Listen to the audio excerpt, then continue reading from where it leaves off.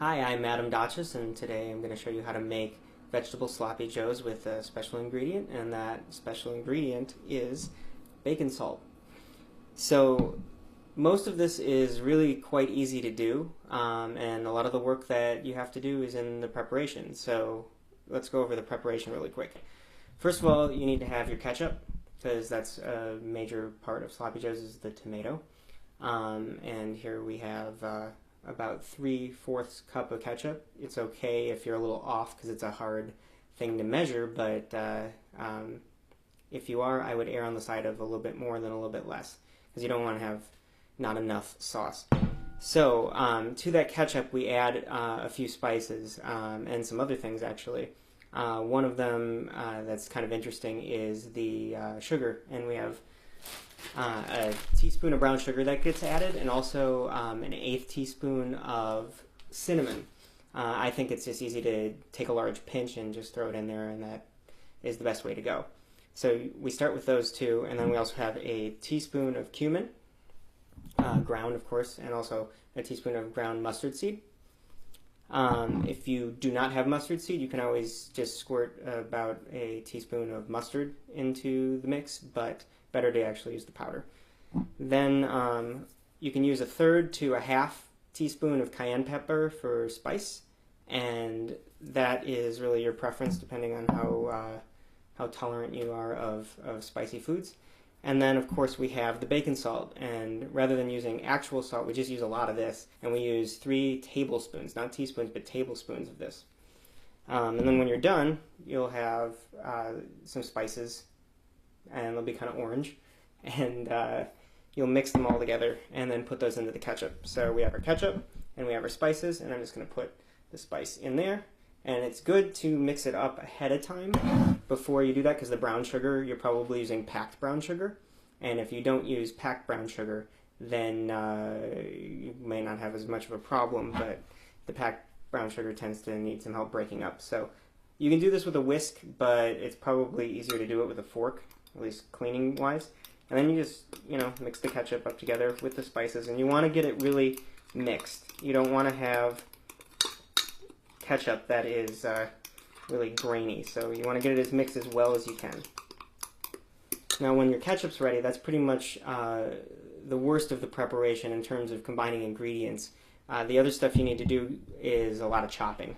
So what makes the meat substitute is mainly black beans, eggplant, and mushroom. Now we're going to use about 2 cups of mushrooms, 2.5 cups of mushrooms. We're going to use a 1/2 cup of black beans. So here are the black beans, and here are the mushrooms. It's a lot of mushrooms. Now I have a mix of white and cremini. You're fine just using white, or you can try whatever you want, but the idea is to have some pretty finely chopped mushrooms. And then the eggplant, you want to have a cup, cup and a half. Now this stuff is going to seem like you're putting a lot in the pan, and it is in a way, but a lot of that's air, and it also cooks down. So you're going to find it shrinks to about half the size of what you're seeing right now. So it looks like a lot of food, but it does not feed as many people as you think. So once you have those all chopped up, which is going to take most of your time, you're pretty much ready to go. But in addition to that, you're going to need a 1/2 cup of diced onions and some minced garlic, about a large clove.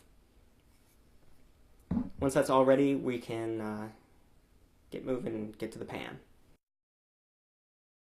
So now we've got everything ready to go. We just need to get some oil in the pan, and you can use whatever kind of oil you want, vegetable-wise, but I like to use truffle oil. In this case, black truffle oil. So we're going to get a fair amount in there. And I want to start off with the mushrooms.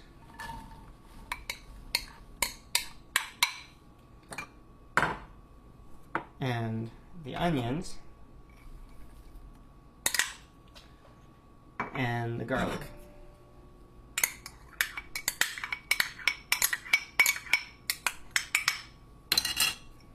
Now we're going to let this get started first, and add things as we go. You want to get this well coated in oil.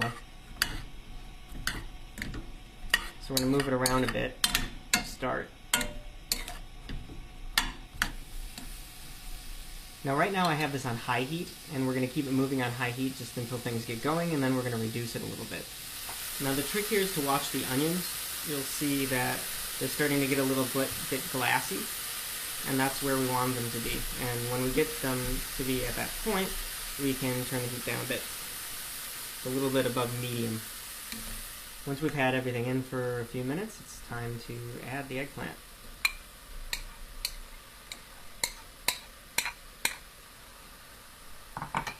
Now if the eggplant's in here too long, it gets too soft, which is why we're adding it later. One of the problems with making sloppy joes with vegetables rather than meat is you don't get a chewiness to it. To try and make that happen with eggplant and mushrooms, we're adding the eggplant afterwards so it doesn't get cooked too much. Now I'm always tempted to have my hand in everything when things are moving around, and I like to sit there and just push at it and be completely as active as possible in the cooking process. But what you really want to do here is let these vegetables cook on their own for a little bit. Every, I would say, 45 seconds to a minute, go in and mix them up. You can see it's starting to turn that more equalized brown color. We've still got a little green from the eggplant. But after about 3 minutes and you're starting to see stuff stick to the pan a bit, it's time to add the black beans. Now that we're at this point and everything has kind of absorbed this brown color and it's not terribly appetizing looking, we're going to add the ketchup and make it a lot better looking and a lot better tasting.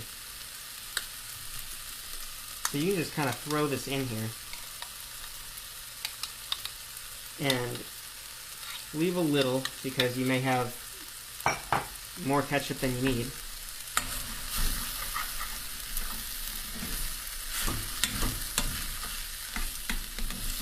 So you kind of want to see how this distributes. Make sure you have enough. Now the heat's going to cool a little bit, which is why we don't reduce the heat before we add the ketchup. You pretty much don't have anything left to do other than wait for another 10 minutes while this cooks. Now, I would say once or twice you're going to want to come in here and just move it around a little bit so nothing's getting stuck to the pan. But for the most part, this is the part where you don't do anything at all and just wait to eat. However, one thing you can do in the meantime is get your buns ready and figure out what you want for toppings and stuff. And so we'll do that. So first, I like to toast the bun. Just need a little bit of oil. And then get it on the bun. And we're going to wait while the pan heats up. And I think we're probably about done on this one. There we go. So, cool for a second. Get some more oil in the pan. And get this guy going. And reduce the heat. Now this is going to cook a lot faster because the pan's really hot now. Now in the meantime, which is not going to be very long, you can get your sour cream ready.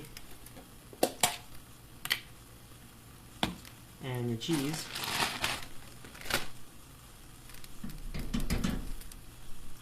And look at it. That's really, really fast.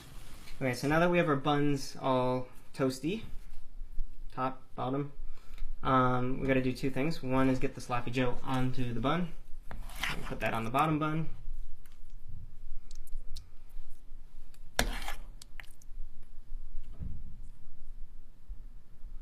Now, you'll probably get about 4 or 5 if you're using big buns like these and putting a fair amount on the bun. If you use regular sized buns, you might get more like 6. Now, that's done. So next step, sour cream. Just like to have a little bit up on top on the bun. If you make these especially spicy, this will help cut the spice. So your friends who can't take the spice will be a little less on fire. So bottom bun red, top bun white. Now before we put that on, shredded cheese. Jack cheese is generally a good choice, but there are all sorts of blends that work. It's really your preference.